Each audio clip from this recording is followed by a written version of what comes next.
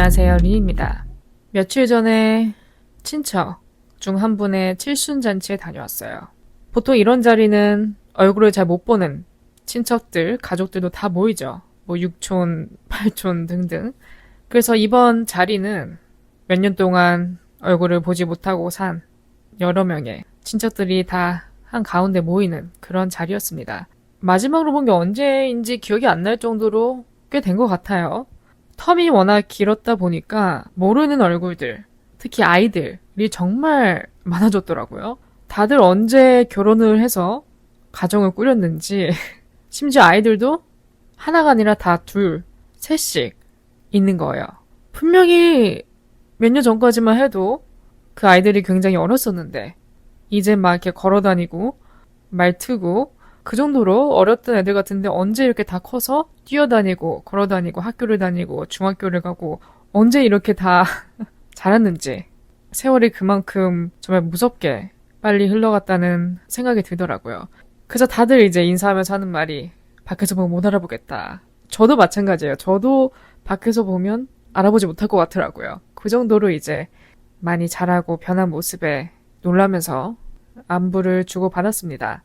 그런 가족의 형태를 이제 한꺼번에 이렇게 많이 보다 보니까 자연스럽게 이 가정, 결혼, 출산에 대해서 생각을 하게 되더라고요.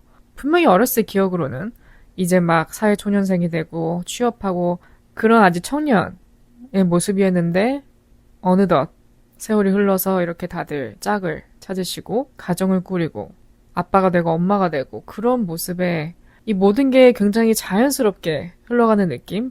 그냥 시간에 맞게, 나이에 맞게 따라서 나는 아직 그 출발선상에 있지도 않은 것 같은 느낌인데 결혼, 출산, 아직 그런 무게도 잘 느끼지 못하겠고 생각조차 안 하고 살고 있는데 언제 이분들을 다 이렇게 정착을 하셨는지 나도 과연 그럴 때가 올지 많은 생각이 들더라고요. 그래서 오늘은 먼저 출산율에 대한 저의 생각을 내비쳐볼까 합니다. 사실 출산율을 주제로 한다면 좀 더 자료조사를 많이 해보고 만들어보고 싶었어요, 에피소드를. 팟캐스트나 기사 등등 갖가지 좀 통계, 지표 그런 거를 다 가져와서 여러분들께 좀 전문적인 내용을 드리고 싶었는데 그러기엔 또 시간이 걸리죠. 왜냐하면 제가 또 정리를 해야 되니까.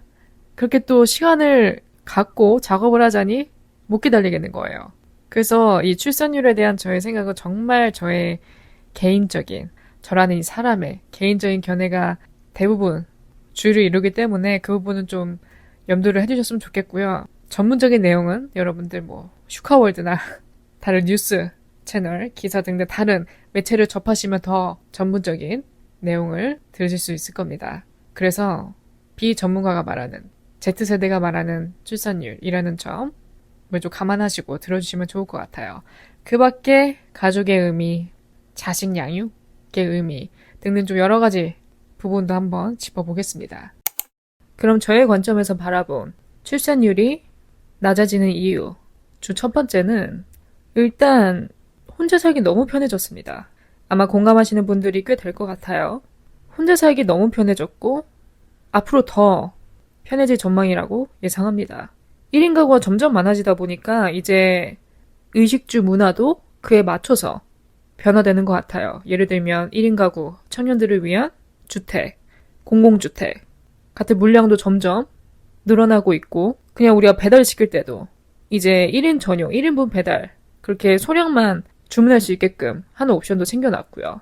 또 요즘 새로 짓는 뭐 오피스텔이나 그런 주거 환경을 살펴보면 그 건물 안에서 다 해결할 수 있는 것들이 많죠.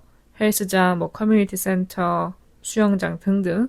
특히 예전과 다른 점은 다시 돌싱이 된 분들도 재혼보다는 남은 인생을 그냥 솔로로 보내는 것을 더 선호하는 사람이 많아지고 있다는 생각이 들어요.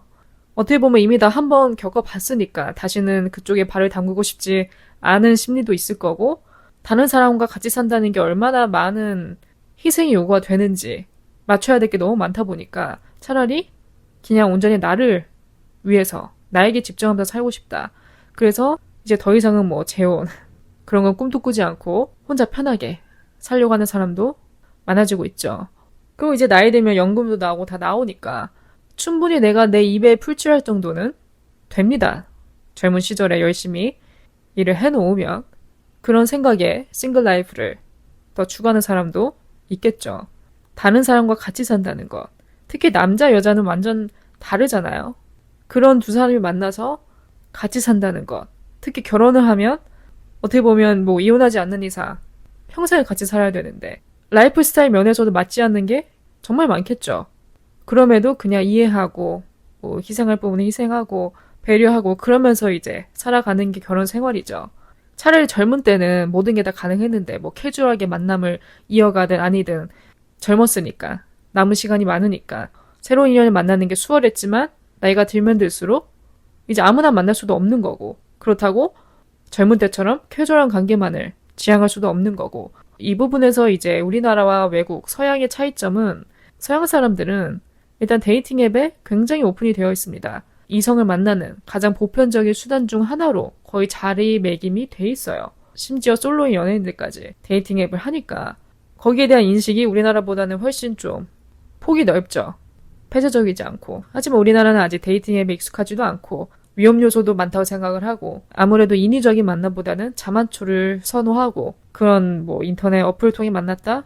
거기에 대한 편견이 있죠. 아직은 안 좋은 편견이. 그렇기 때문에 문이 좁죠. 그래서 차라리 이런 시선 저런 시선 받지 않고 그냥 혼자 사는 것도 나쁘지 않다. 마음이 편하다는 생각에 더욱더 싱글 라이프를 추구하는 사람이 많은 것 같습니다.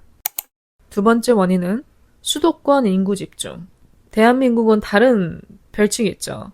서울민국. 맞습니다. 정말 서울민국이에요. 서울 중심으로 모든 게 돌아가는 것 같아요.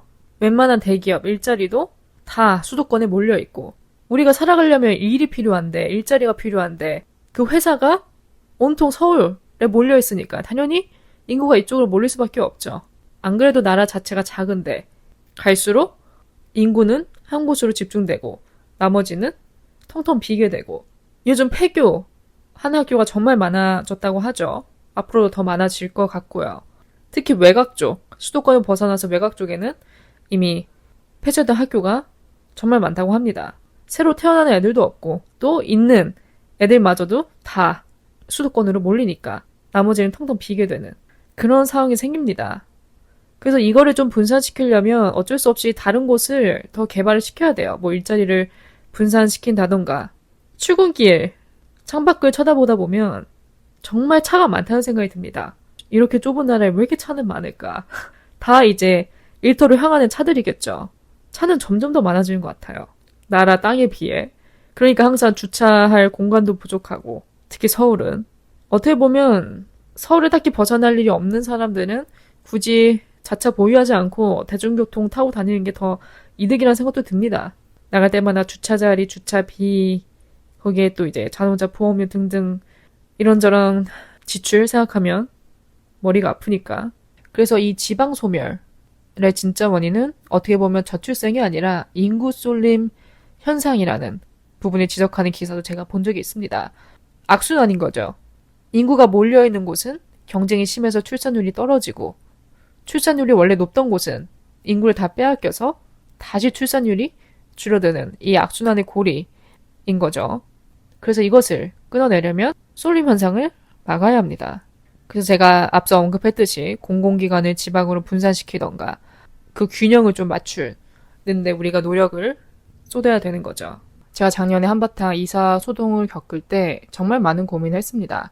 이게 같은 가격이라도 서울과 그 외곽에서 얻을 수 있는 그 집의 크기, 환경이 다르거든요. 가격은 같은데 크기에서 차이가 나니까 같은 돈이라도 뭐 외곽에서는 3룸까지 구할 수 있는 반면에 서울에서는 뭐 1.5룸 내지 2룸. 근데 그것도 면적이 그렇게 크지 않은 대부분 원룸이죠. 그래서 어플을 보면서 순간 흔들렸을 때가 많죠. 서울을 좀만 벗어나면 더 넓은 집, 그리고 좀 더 쾌적하고 앞에 좀 푸릇푸릇한 나무들도 보이고 답답함이 없는 그런 뷰. 이 집을 구할 수 있는 반면에 서울에서는 회색 도시에 갇히는 꼴이 되니까 접근성을 포기할 것인가, 방의 크기를 포기할 것인가 고민을 했던 적이 있었죠. 그래도 결국은 서울입니다. 서울을 벗어날 수가 없어요. 왜냐? 직장 때문에. 뭐 매일 출근해야 되는 직장이 아니라면 고려를 해볼 수 있겠죠. 혹은 직장이 또 외곽에 위치해 있다면 굳이 서울을 고집할 필요가 없겠지만 그게 아닌 이상 여길 벗어날 수가 없어요. 친구들을 만나도 여기서 만나는데 이게 서울에 살다가 서울 한번 벗어나게 되면 다시 돌아오기 힘들어지는 것 같아요. 제 친구 중에서도 이제 지방에서 올라와서 서울 생활을 하다가 중간에 뭐 이런저런 일이 생겨서 다시 내려갔습니다. 내려갔다가 다시 올라오려고 하는데 아직 서울에 입성을 못했어요. 이제 엄두가 안 나는 거죠. 그리고 가격도 그때 그 시절이랑 지금이랑 다르니까. 한 번 나가면 다시 돌아오기 힘든? 제가 좀 나이가 차고 전원 생활을 지향하게 된다면 그때는 뭐 벗어나겠지만 아직은 힘들 것 같습니다. 그래서 제가 이렇게 수도권 쏠림 현상을 얘기해도 결국 저도 여기를 선호하기 때문에 참 뭐랄까 마냥 그런 현상을 꼬집을 수만은 없는 그런 위치에 있는 것 같습니다. 그 다음 원인은 책임감입니다. 우리 어른들이 하는 말 중 하나가 그렇죠. 일단 낳으면 다 키우게 되어 있다. 물론 방치하지 않는 이상 다 키우겠죠. 낳으면. 애초에 자식을 가지고 싶으니까, 잘 키우고 싶으니까, 잘 키울 자신이 있으니까 자식을 갖겠죠. 근데 이게 정말 일단 낳고 보면 된다. 이렇게 단순하게 생각할 부분이 아닙니다. 저는 그렇게 단순하게 치부할 수가 없어요. 자식은 사람입니다. 동물도 아니고요. 그냥 먹이만 제때 주고 뭐 산책시키고 그럼 알아서 다 잘 크는 그게 아니잖아요. 사람이니까 잘 키워야 됩니다. 그 책임은 온전히 부모에게 있어요. 자식을 올바르게 키우는 데 있어서. 우리의 2세잖아요. 2세. 우리가 어떻게 키우냐에 따라 달려 있습니다. 물론 일단 첫 번째 안정적인 환경에서 자라게 해야죠. 누구나 자식을 좋은 환경, 갖출 건 다 갖춘 환경, 배우고 싶은 것도 다 배우게 해주고 입고 싶은 것도 입게 해주고 그러고 싶은 게 이제 부모 마음이죠. 물론 자식 원하는 대로 다 해주는 것도 안 되지만 버릇이 없어지니까. 근데 일단 그런 환경을 갖추려면 경제적 안정이 우선시 되어야 합니다. 그러니까 한마디로 돈이 있어야 키워요. 그리고 자식 한 명을 키우는데 들어가는 돈은 저는 측정이 불가하다고 생각해요. 뭐 1억을 지원해준들, 2억을 지원해준들 그게 그렇게 딱딱 금액으로 계산할 수 있을 만큼의 투자가 아니라는 거죠. 자식을 낳고 그 돈을 받느냐 아니면 그냥 안 받고 혼자로 사느냐. 둘 중 하나 택하라면 저는 아직 혼자 사는 쪽을 택합니다. 내 한 몸 건사하기도 힘든데 내 자신 하나 책임지기도 힘든데 누구를 낳아서 키운다. 이거는 완전 어나더 레벨인 거죠. 저는 자식 양육의 끝은 없다고 생각합니다. 뭐 20살 되면 끝이다? 아니에요. 자식이 20살이 되건 30이 되건 40이 되건 항상 자식 걱정은 떠나지 않을 거예요. 뭐 자식이 이미 뭐 독립해서 혼자 산다 하더라도 계속 전화해서 체크하고 집에 뭐 필요한 거 가져다 주고 뭐 사다 주고 그런 게 부모의 마음이죠. 그러니까 뭐 20살 되면 나는 이제 손 뗀다, 손 털었다. 그게 아니라는 거예요. 어떻게 보면 내가 이 세상을 등질 때까지 책임져야 하는 게 자식일 수도 있습니다. 저는 특히 이 책임감에 대한 무게를 굉장히 강하게 느껴요. 제 모토 중 하나가 책임질 수 있는 일만 벌리자입니다. 책임질 자신이 없으면 일단 보류하거나 시작 자체를 하지 말자. 솔직히 제가 팟캐스트를 시작하게 된 것도 여러 번의 고민이 있었어요. 일단 한 번 시작하면 되돌릴 수 없다는 것을 잘 알고 있었기에 계속 이어나가기 위해선 내가 매주 말할 수 있는 토픽이 있어야 되는데 그게 있냐. 그래서 그런 토픽들을 최대한 많이 정리해 놓은 다음에 시작하자라는 생각에 예전부터 생각은 있어도 좀 보류해 놓고 준비를 해왔죠. 그래서 제가 지금 1년 넘게 이어오고 있는 팟캐스트도 저의 책임감 중 하나예요. 그리고 이 정도는 내가 할 수 있겠다. 책임질 수 있겠다. 라는 생각이 들었기에 시작을 했습니다. 그래서 앞으로 제가 또 무슨 일을 벌릴지는 모르겠지만 신중하게 선택을 하고 시작을 하겠죠. 이렇게 우리가 살아가는 데 있어서 정말 많은 선택과 결정을 하게 되는데 이게 뭐 자잘자잘한 거든 큰 거든 우리 항상 고민하고 많은 신중함을 가하는데 자식을 가질 생각을 한다. 계획을 한다. 이거는 그 몇 배, 몇십 배 이상의 책임감을 요구하는 겁니다. 그 다음은 비교의식, 소셜미디어입니다. SNS의 영향이 아예 없다고는 할 수 없을 것 같아요. 이 출산율에 있어서. 어느 정도 기여는 합니다. 근데 전부는 아니라고 생각해요. 왜냐면 이보다 더 큰 문제들이 많기 때문에. 그래도 좀 다뤄보자면 SNS가 등장하고 나서 비교의식이 생겨난 건 맞아요. 아마 비교의식은 그 예전부터 있긴 있었겠죠. 있었던 개념이고 옛날 사람들도 알게 모르게 겪어 왔을 겁니다. 근데 이제 그런 형태가 많이 달라졌죠. 옛날에 뭐 인터넷이 없던 그런 시절의 비교의식이라면 뭐 우리의 주변 사람들이 그 대상이 되겠죠. 우리 옆집 사람, 우리 앞집 사람, 직장 동료 등 이게 우리와 가까이 있는 사람들이 우리의 비교 대상이 됐겠죠. 아, 뭐 옆집 아들은 어느 대학 가고 뭐 내 회사 동료 누구는 뭐 해외 어디로 유학 가고 그렇게 내 바운더리 안에서 퍼진 비교의식이라면 이제는 소셜미디어가 발달하고 나서 내가 완전히 모르는 사람들, 나와 일면식도 없는 사람들, 심지어 국내도 아닌 해외에 있는 사람들, 그런 사람들의 뭐 일상, 소식들을 접하게 되면서 비교하는 대상이 더 넓어졌죠. 그렇기 때문에 우리의 기준이 흔들리게 돼요. 본질적으로 따지면 아무 상관이 없는데 우리와. 무슨 상관이에요, 그쵸? 그 사람들이. 그래서 다른 사람들의 일상에 무분별하게 노출이 되면 어쩔 수 없이 비교의식은 따라올 수밖에 없다고 생각을 합니다. 그래서 기준이 흔들리다 보니까 내가 너무 부족해 보이고 아, 저 정도 재력 아닌 이상 결혼은 꿈도 못 꾸겠구나 이런 생각이 들 수 있죠. 그래서 저는 소셜미디어도 어느 정도는 영향이 있다고 생각합니다. 그 다음은 뭐 너무 단순한 얘기지만 집값, 생활비의 폭등. 이 물가가 갈수록 오르니까 엄두가 안 납니다. 내 집 마련은 너무 그림의 똑같은 소리 같아요. 우리 부모님 세대들은 뭐 다는 아니겠지만 자가를 소유하고 계시잖아요. 가끔은 이런 생각이 들어요. 그 시절에는 어떻게 이게 다 가능했을까? 물론 그때와 지금을 비교하면 안 되지만 그때는 가능했던 게 지금 왜 이렇게 어려워졌을까? 뭐 내 집 마련은 뭐 엄두도 못 내고 그냥 반쯤 포기하고 사는 사람도 많죠. 그리고 어쩔 수 없이 우리는 결혼에 있어서 이런저런 조건을 많이 붙여요. 뭐 혼수는 누가, 집은 뭐 신랑 쪽에서, 명의는 뭐 공동명의, 뭐 단독명의 등등 골치 아픕니다. 골치 아파요. 이런 험난한 과정을 다 뚫어야 이제 결혼이라는 지점에 꼬리는 하는데 그 결혼이란 게 그만큼 가치가 있을까라는 생각도 듭니다. 저는 솔직히. 뭐 요즘 서울 웬만한 아파트값 정도면 외국에서는 뭐 2층짜리 단독주택을 살 수 있는 그런 정도의 가격이고 거품인 곳도 많아요. 그냥 서울이라는 이유로 평범한 아파트인데 위치가 서울이라는 이유로 또 뭐 한강 뷰라는 이유로 값이 하늘을 찌르듯 솟구치니까 엄두가 안 나죠. 그래서 저는 좀 아니란 생각을 가지고 있어요. 뭐 어떻게든 되겠지. 못 사면 말고 약간 이런 생각.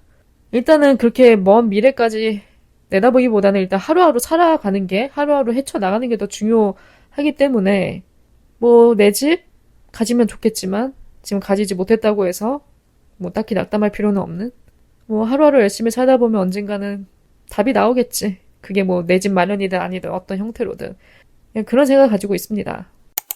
여러분은 무자식이 상팔자라고 생각하시나요? 다른 사람들의 일상을 엿보다 보면 어느 정도는 맞는 말이다 라고 느끼는 때가 있어요. 일단 자식이 생기면 걱정거리가 배로 늘어나는 것은 맞습니다. 아무리 자식이 다 큰 성인이 되었다 하더라도 내 눈엔 그저 애기 같겠죠. 어떻게 보면 내가 나를 좀 내려놓고 포기하고 그런 나의 모든 관심과 정성이 자식에게 향하겠죠. 자식 하나 바라보고 산다고 하잖아요. 어른들이 하는 말이. 누구나 다 내가 키운 자식이 잘 됐으면 좋겠고 자식에 대한 부모의 사랑은 조건이 없죠. 조건 없는 사랑입니다. 근데 가끔은 저는 자식 키우기를 투자로 볼 수도 있다고 생각해요. 부모들이 자녀에게 시간, 돈, 정서적 에너지를 쏟는 것을 생각해보면 일종의 투자가 될 수 있죠.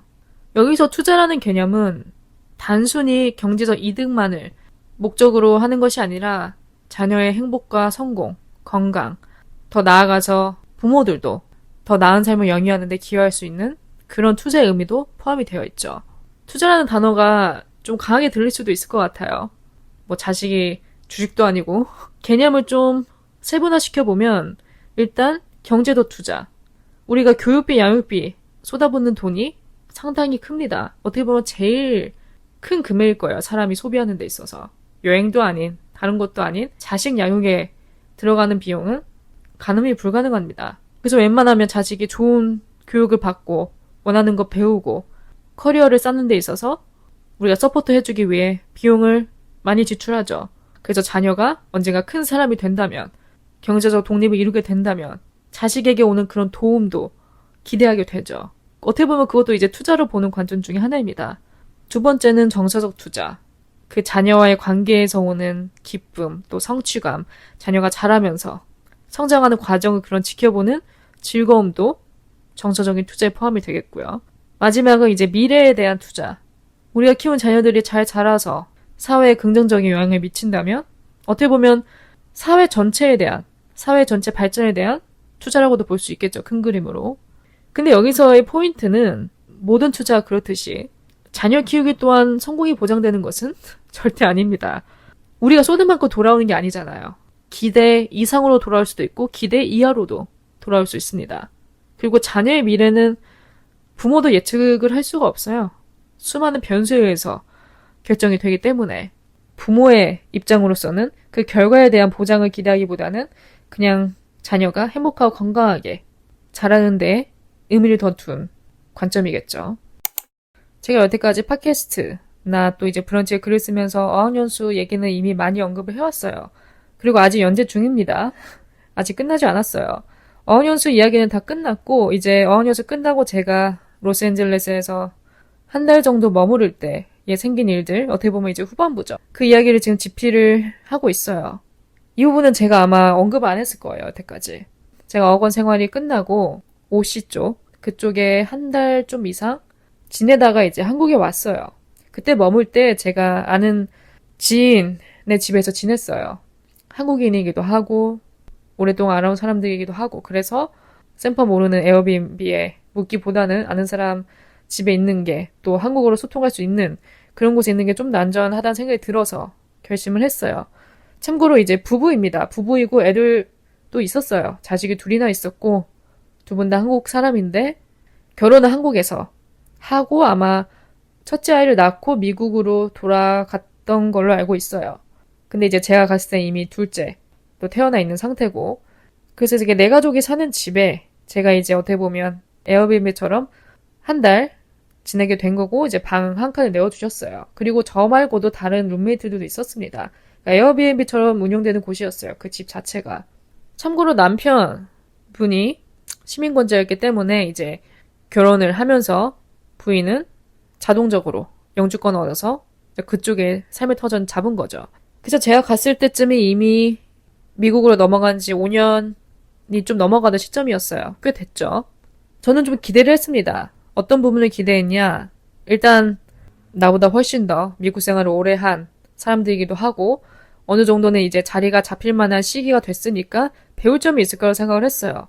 어떻게 보면 미국 생활의 그 진 면모를 엿볼 수 있는 내가 그분들의 삶을 보면서 나 또한 이 미국 생활을 꿈꿔볼 수 있지 않을까 훗날 그런 기대감을 안고 갔어요.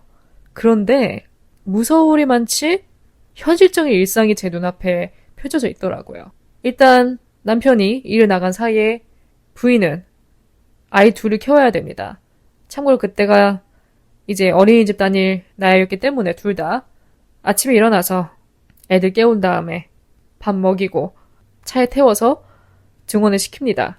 그렇게 일과가 시작이 돼요. 일단 어린이집 등원을 시켜야 되니까 이제 와이프분도 오자마자 면허를 땄다고 해요. 그렇게 이제 우당탕탕 아침 일과 시작한 다음에 돌아와서 본인도 이제 아침 먹고 청소하고 이런저런 집안일 하다가 잠깐 눈 붙이고 나면 이제 애들 데려올 시간인 거예요. 그럼 다시 하원시키고 와서 점심 먹이고 놀아주고 같이 차에 태워서 장 보러 가고 그렇게 오면 또 저녁 준비해야 되고 그러니까 정말 장소만 미국이지 삶은 똑같습니다. 이쪽이랑. 한국이랑 다를 게 없어요. 그러니까 어디든 어느 나라건 삶의 터전을 잡고 일을 나가기 시작한다? 그럼 한국 생활과 별반 다를 게 없습니다. 그리고 그런 장소에 대한 신비감도 점점 사라지겠죠. 특히 아이들까지 키우면 숨을 돌릴 틈이 없잖아요. 저는 그 정도 이제 오래 살았으면 어느 정도 이제 영어 실력도 많이 늘고 주변 관광도 많이 다녀봤을 거라고 예상을 했는데 보니까 전혀 그렇지가 않은 거예요. 뭐 영어를 따로 공부할 틈도 없으며 주변을 뭐 여행 가는 것조차 꿈도 꾸지 못하고 일상이 묶이니까 애들 키우는데 묶이니까 그러니까 정말 현실 그 자체였습니다. 근데 저는 오히려 이게 더 도움이 됐어요. 이 현실을 깨닫게 해주는데 항상 남의 떡이 커 보이는 법이죠. 미국살이 해외살이 꿈만 같죠. 거기엔 정말 많은 희생이 필요하다는 것을 그리고 그닥 그렇게 꿈만 같은 얘기는 아니라는 것을 뼈저리게 느꼈어요. 저는 오히려 출산율에 관한 기사를 볼 때마다 가족의 의미를 더 깊게 생각하게 되는 것 같아요. 가족의 소중함을 더 느끼게 됩니다. 왜냐? 낳아주셔서 감사하거든요. 어떻게든 이렇게 건강하게 잘 키워주신 데에 대한 감사? 정말 보통 희생이 아닌데 그것을 해내주신 부모님, 또 가족에게 그냥 감사합니다. 이게 가족이 주는 사랑과 안정감은 또 다르거든요. 친구나 애인에게서 오는 것과는 별개예요. 저는 제가 가족 중심적인 사람이라고 여기거든요. 이 우선순위는 안 바뀔 거예요. 왜냐? 가족과의 시간은 유한하기 때문에. 물론 모든 사람과의 관계가 유한하지만 특히 가족과의 시간은 더더욱 그렇죠. 뭐 연인이나 친구는 떠나고 오고 반복을 거치는 게 자연스러운 관계지만 가족은 영원하잖아요. 한 번 가족은 끝까지 가족이죠. 그래서 그냥 제 주변에 가족이 있다는 거, 고민이 있을 때마다, 도움이 필요할 때마다 얘기할 수 있는 사람, 어른의 관점을 들을 수 있는, 도움을 구할 수 있는 그런 사람이 가까이 있다는 것 자체가 큰 행운이라고 생각을 합니다. 지금은 생각이 없지만 또 모르죠, 저도. 사람 마음이 갈 때 같으니까 언젠가는 또 가족을 꾸리고 싶은 마음이 생길 수도 있고, 평생 안 생길 수도 있고, 모르겠어요. 하지만 한 가지 확실한 건, 자식 양육은 정말 많은 책임감을 필요로 한다는 것은 확실하기에 인생에 있어서 가장 신중하게 결정해야 될 문제는 맞다고 생각을 합니다. 여러분의 의견도 들려주세요. 들려주고 싶은 의견이 있으시다면 저와 같은 관점인지 다른 관점인지 또 궁금하니까 원하신다면 리뷰나 팟캐스트 DM, 스포티파이 댓글로도 많은 의견 들려주시고요. 오늘 하루도 저의 이야기를 들려주신 모든 분들 진심으로 감사드리고 제가 쓰고 있는 브런치 스토리의 글 캘리포니아 로맨스도 많이 읽어주시고 남은 하루 마무리 잘 하시고요. 저는 또 다음 에피소드로 찾아뵙겠습니다.